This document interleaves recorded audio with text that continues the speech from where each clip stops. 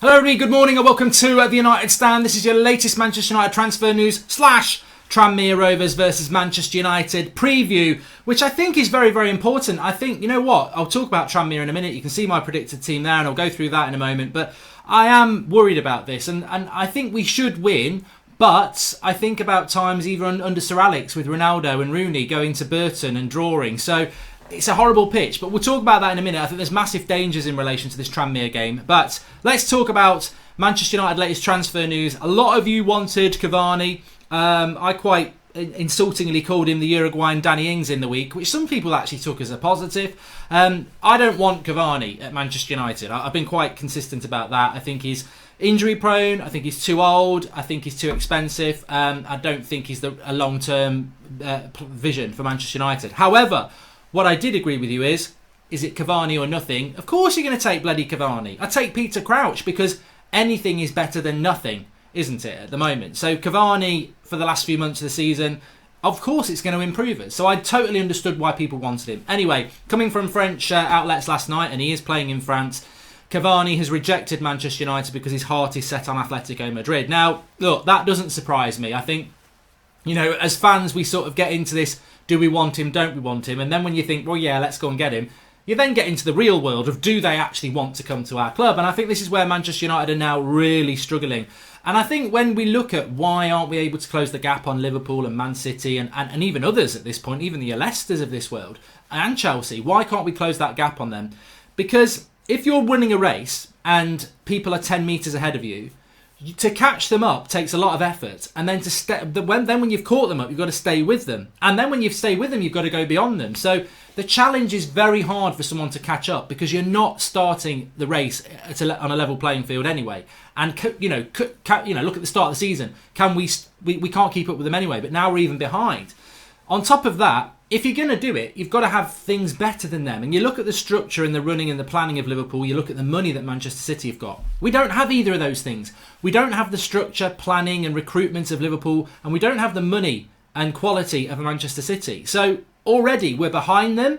We don't have the facilities or structure that they have or money, and we're expected to catch them up and go beyond them. It's just not going to happen. I think we mention, we may as well be called John Bon Jovi because we're living on a bloody prayer. That's what we're doing. Hope is what we have, all we have, because that's basically Team Glazer, Team Woodward, Team Ollie, Team United. It's all about the future and it's all about hope. But United fans aren't stupid. You can see things. This is why people are getting really, really frustrated because there was a story last night. United are going to overhaul their scouting network and spend a lot of money in the summer. We've heard this before. This is just PR spin. We've heard all this before. It's like Madonna running, we've heard it all before. We've heard it all before. I'm sure she did a song like that. I may be wrong. But we've heard it all before. It's the same thing regurgitated. Man United's strategy at the moment is PR, spin, and living in this world. Tomorrow never comes. It never comes. And United, whether it's Ollie, Woodward, the PR spin or whatever, it's always in the future. Like, next transfer window, we're going to have a massive overhaul. And we're going to have an overhaul of our recruitment department. I heard that last summer. I heard it the summer before and it never happened. And we're in a January transfer window now. Director of Football's been coming for 2 years. Where's he bloody coming from? Mars? Everything's always in the future with Manchester United. But the cold, harsh facts are, we must judge them on the present. That's what every fan who is judging United at the moment is 100% correct. Judge them on the present. Judge them on the now. Because the future may never come. So judge them on the now. Can you see a structure? No. Can you see money being spent? No. Can you see a philosophy? No. Can you see a squad that's good enough? No. Do you see ownership and direction? No. We're not going to catch up. We're going to fall further behind. And that's why when you go to Cavani now, and if we have gone to Cavani, because it could just be a paper story. Apparently we offered him loads of money. How have Manchester United, first of all, this story must be crap. How have United gone to Cavani and offered him loads of money, yet we won't give Bruno Fernandes or Sporting Lisbon the money for a player we desperately need, who actually will be here for the next 6 years? Cavani might only be here for the next 6 months, but we'll give him a load of money. It doesn't make any sense anyway. But even if it's true and Cavani has turned us down, this is the problem many of you have spoken about now. Manchester United are not an attractive proposition to players. So you combine that with people like Cavani potentially saying no, and Haaland, no, not coming because you're not an attractive proposition. That makes it a lot harder for us because you can't get the players that you want because they don't want to come. being unable to get the players that you want to get because your owners don't want to spend the money, as we've seen with Fernandes and as we saw last summer and as we saw with Perisic 2 years ago. And third of all, the reality is that the current squad isn't good enough either, and we're not getting rid of the Edwards. So, you know, we're always talking about the future, and Ollie's always talking about core players, and in the future it's going to be great, and I'm going to put a roof on, and this, that, and the other. And it is quite ironic about the roof, isn't it? You know, Ole Gunnar Solskjaer said yesterday, we haven't put the roof on yet, we're just building the foundations. How ironic is that Manchester United's roof actually leaks at Old Trafford? But, you know, there you go, maybe that's a metaphor. But the point is,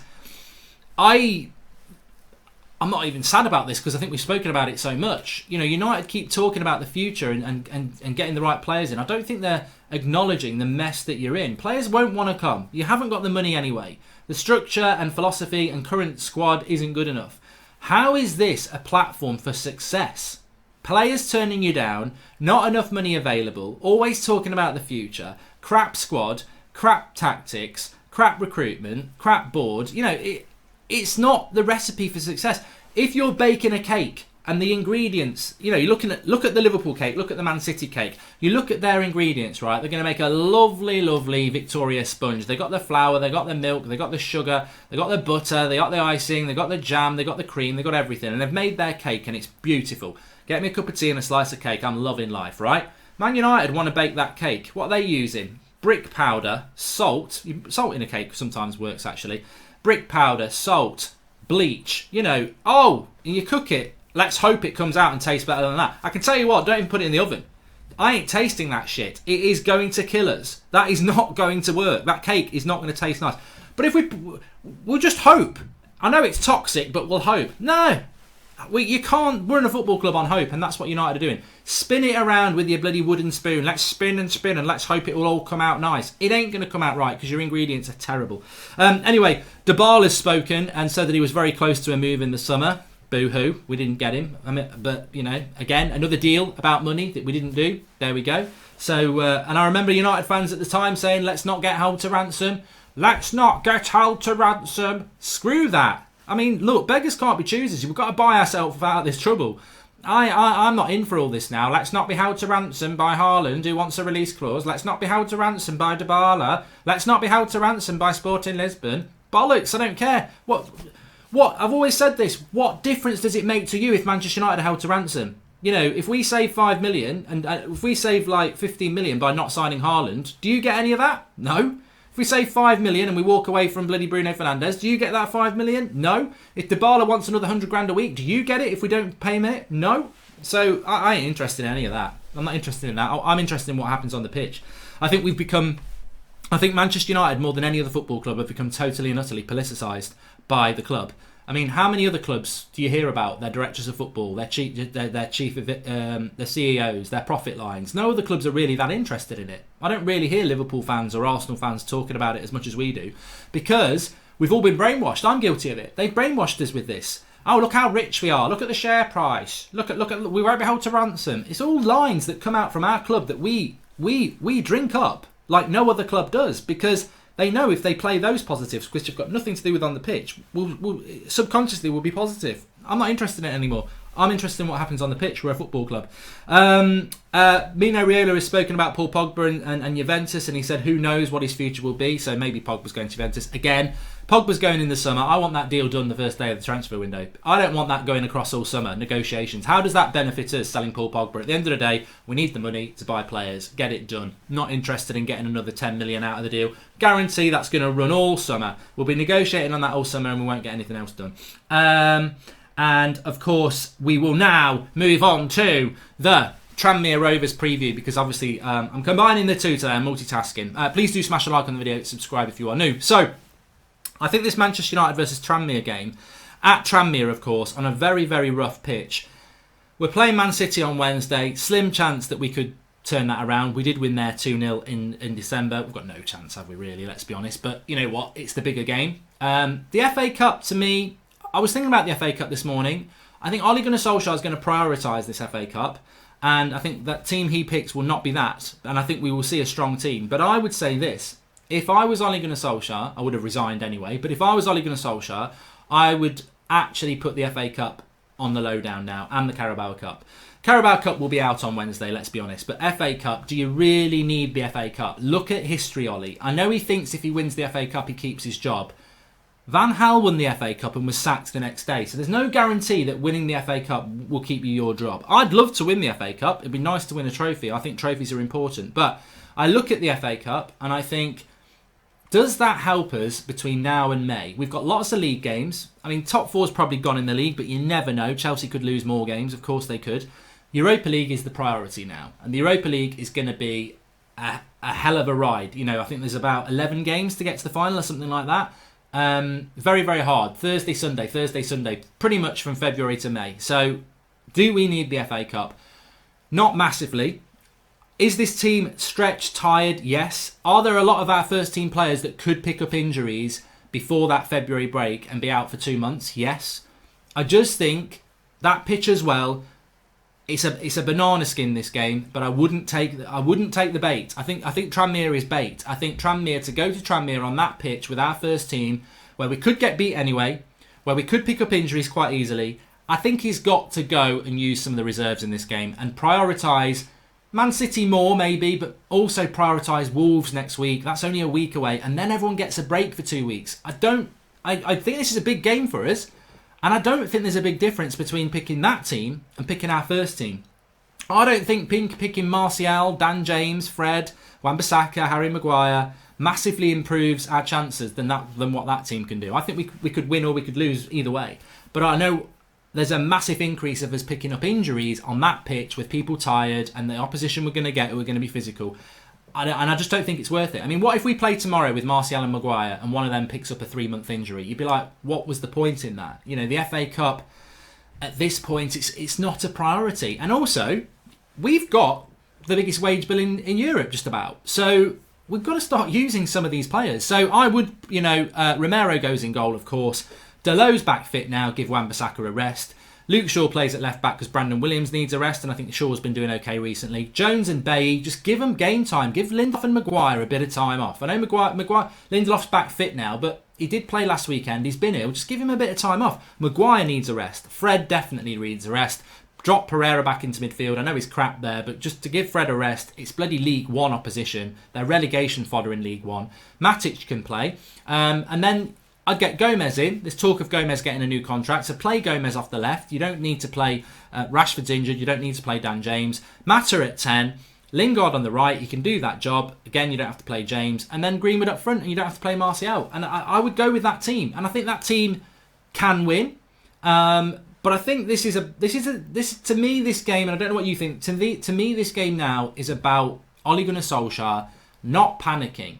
Now, what I think he will do is panic and think, if I lose this game, I'm going to lose 4 games in a row because I've lost 2 already and I'll lose to Man City on Wednesday. I've got to win this game. And I know people are tired. I know it's a dodgy pitch, but I've got to win this game. So I'm just going to play everybody. And it's going to be very interesting what he does, because I think he's proven in his short time at Manchester... Well, I say short time, even I'm doing it. He's been here over a year now.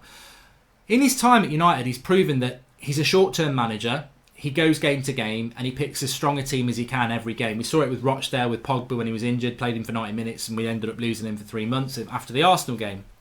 We've seen it with Rashford, we've seen it with Dan James' form, we've seen it with Harry Maguire's form, I think we've seen it with Wan-Bissaka's form now. They're tired, they're overplayed. He shouldn't be playing those players. He should be resting those players, especially on that pitch, especially with what we've got. You know, that pitch is going to be a very tiring pitch as well. Even if you don't get injured, it's going to sap your energy. You've got Man City at the Etihad on Wednesday, where he's going to have to pick the same players if he goes with the first team against Tranmere. And then you've got Wolves only 3 days after that at Old Trafford. 3 games in 6 days, which are going to be like running 3 marathons. So he's got to use the squad. He can't use the squad at the Etihad, and he can't use the squad in the league against Wolves. So he's got to use it tomorrow for me. Whether he does or not, I think if he goes with the first team, we'll probably win it. And people will say, well, what are you moaning about? But it's squad management at this point. He's already said these players are stretched. He's already said that the players are virtually running on empty, more or less. So I think he's got to use the likes of Dalot and Lingard and Pereira and Luke Shaw and Jones and Bailly and Gomez. He's got to. And yet, there's a risk that we might not win with those players. Of course there is. But I don't think, as a United fan, I look, whether it's that team on the left, as I said, or whether it's the first team, I'm not going to give a different score prediction. I think this game, United should win it maybe 3-0. but I also think it could be a draw. I also think it could be a 1-0 loss. I don't think Tranmere can score more than 1 goal, so I think as long as we score more than 1, we'll win it. But I've seen, I think normally I would say comfortable win. They're crap, really. I know they've beaten Watford, but it was their reserves. We can win this game and we should win this game. But I have seen decent teams, not even just United, I've seen decent Premier League sides go to these grounds in the past and struggle. So we're mentally not in the right place at the moment. We could easily lose this game. And also, I think even if we win it, it doesn't get Ollie out of trouble because of the next 2 games he's got coming up. Next 3 games with Chelsea coming up after the break as well. So this game in itself it's not... He won't get sacked if he loses to the Tranmere, by the way. So I don't know why people think that. I mean, maybe he should do, but he won't be. So I just think he's got to use the squad in this game. Get through the tie, that's great, but use the squad. I mean, Liverpool are using their kids against Shrewsbury, aren't they? So what we've got to... I know Liverpool are in a stronger position than us, but it's a squad game and we need to use our squad because are we going to get a striker in before the transfer window closes? Probably not. Is Rashford going to be back before April? Probably not. So risking people like Martial, who, it's the sort of pitch that Martial will go, I've hurt my hamstring, isn't it? So we just got to be careful with it. Anyway, get your comments in below. Smash a like on the video. Subscribe if you are new. We've got a cracking video coming up for you tonight. Make sure you watch that. And obviously we'll go live if anything else happens. But have a fantastic start to your weekend. And of course we'll be live again tomorrow as well, as the rest of the videos today, for the watch along, which is going to be about 1:30 we're live for that because 2:30 kickoff. Thanks for watching. Subscribe if you're new. Smash a like on the video. Check out last night's video if you missed that. Call in was fantastic, and I'll speak to you all soon.